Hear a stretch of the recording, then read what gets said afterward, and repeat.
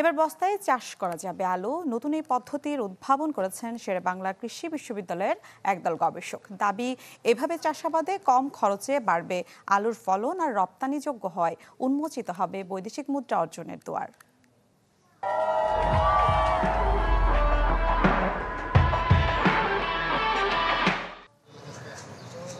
সারি সারি রাখা এসব বস্তায় চাষ হচ্ছে আলুর।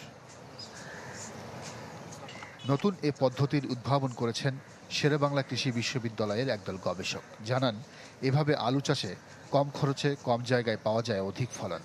মাটিতে আমরা যখন মিষ্টি আলু চাষ করি তখন প্রত্যেক গাছ থেকে 2 থেকে 3টা আলু পাচ্ছি, কিন্তু আমরা বস্তায় চাষ করে দেখতেছি নিউট্রিয়েন্ট ইউজ এফিসিয়েন্সিটা বেশি, মানে আমরা প্রতি বস্তা থেকে 8 থেকে 9টা করে আলু পাচ্ছি। সেক্ষেত্রে আমাদের ইল্ড বেড়ে যাচ্ছে, কারণ বস্তায় একটা গাছ বেশি পরিমাণে নিউট্রিয়েন্ট নিতে পারছে, মানে নিউট্রিয়েন্ট লসটা কম হচ্ছে, উইট কম হচ্ছে।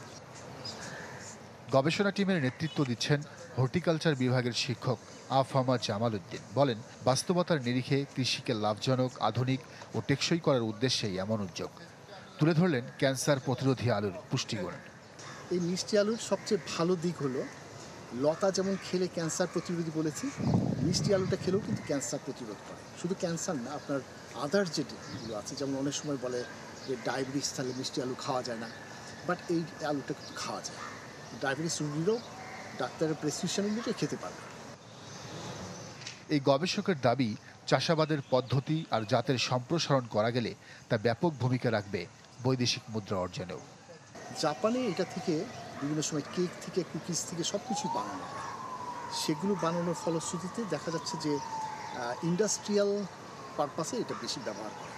আমি কিন্তু ইন্ডাস্ট্রিয়ালের থেকে ইম্পর্টেন্স দিচ্ছি যে দেশের বাইরে যেহেতু ইন্টারন্যাশনাল মার্কেট ওপেন আছে, সো ইন্টারন্যাশনাল মার্কেটে যদি আমরা এই প্রোডাকশন করে যদি ইন্টারন্যাশনাল মার্কেটে দিতে পারি, তাহলে কৃষকরা কিন্তু অর্থনৈতিকভাবে লাভবান।